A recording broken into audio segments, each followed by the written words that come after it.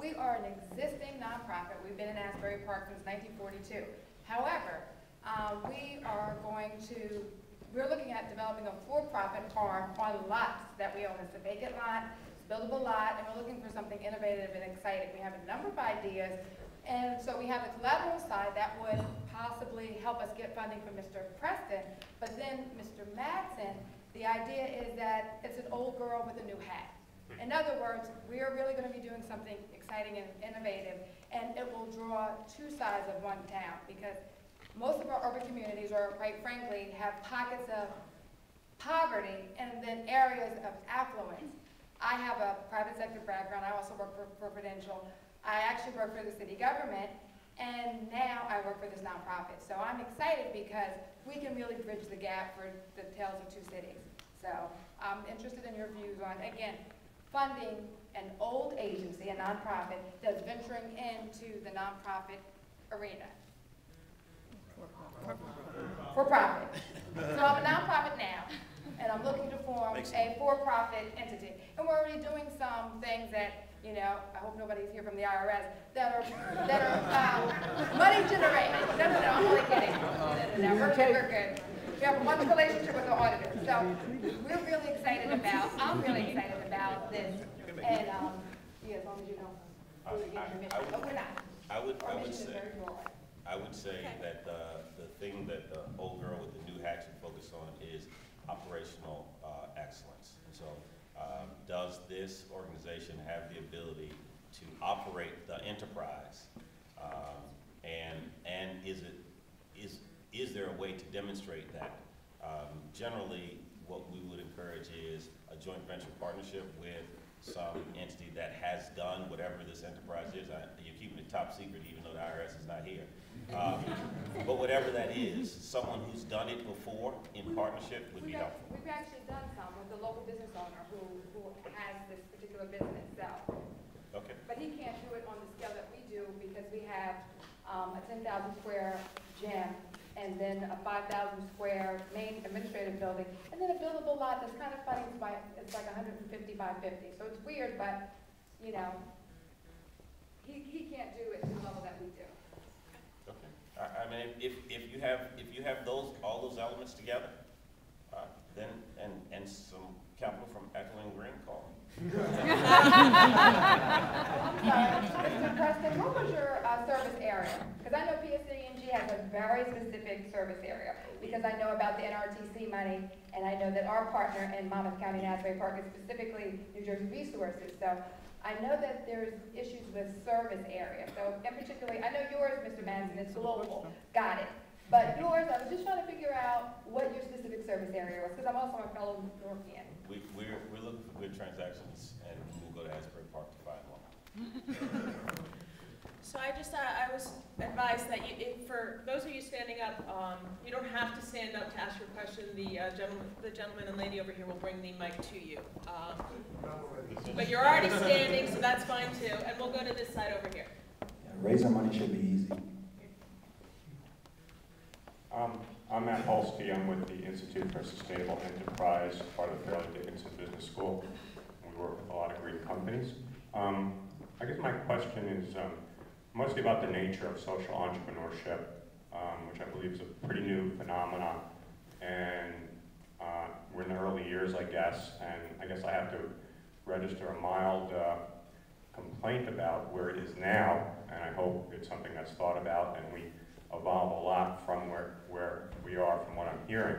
I guess the intro talks about social entrepreneurship as it's innovative, and I guess it is, but it also talks about it as being a boundary-spanning activity by its nature. And I guess what I'm mostly hearing is pretty traditional stuff in terms of who you would fund and what kind of businesses and the kind of particular kind of criteria that you have. You know, particularly I was struck by Nate's comment, looking for personal magnetism, which in my view is nothing really new. I mean, people who have it have great advantages over those of us who don't. But I guess I'm hoping we reach a stage where maybe that's not so important anymore, because like 5% of the population have it.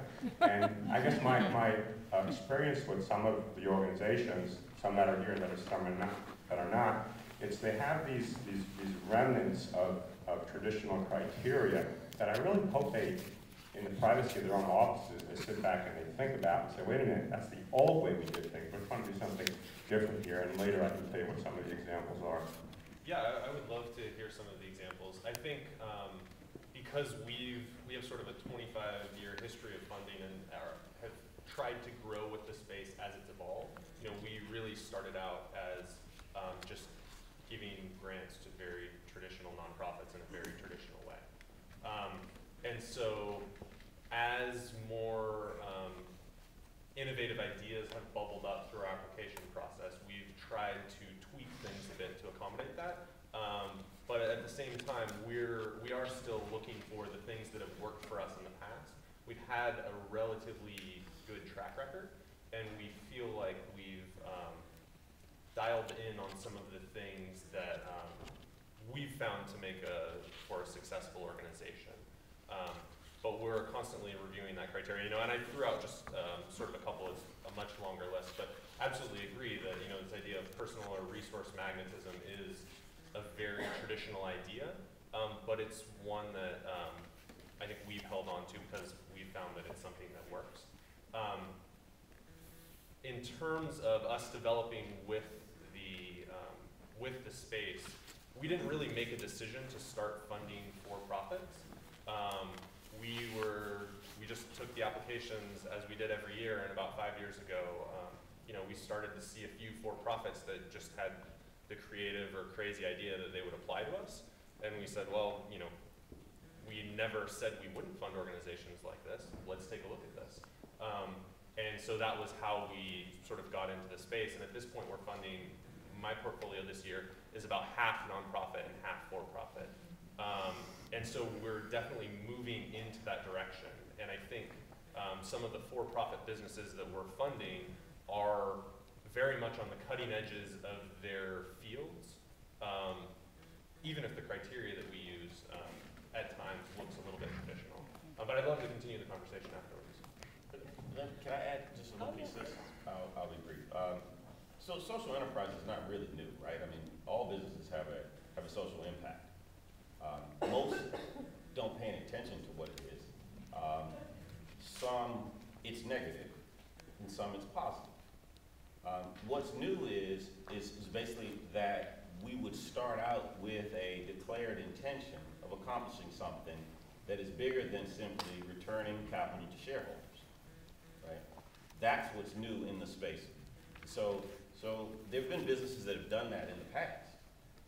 It's just not been a movement. We now have a movement of people and organizations that care enough about the rest of the elements, community, environment, people, that the externalities associated with running a business, that they will take into account what it would cost to clean up the mess made by extracting the coal out of the mine, right? In terms of what their profit and loss statement looks like. That's what's new. That we're getting to accounting treatments that would allow us to do it, that we have legal structures that would allow us to take into consideration other things. That's really what's new. But at the end of the day, so I mean, I don't know. I mean, I don't think there's anything about, I don't think there's a formula about whether you fund dull people or interesting people, right? I don't know that there's any methodology to interesting people do business better than dull people. I don't know how you even define interesting from dull. But I would say that the things that make for a successful business are the things we're all looking for. So if the Institute can come up with some new ways for us to know in advance who will be successful, we're all for it. We'd like to drop that into our underwriting criteria, and we'll make a whole bunch of new loans. Okay, I'm sorry.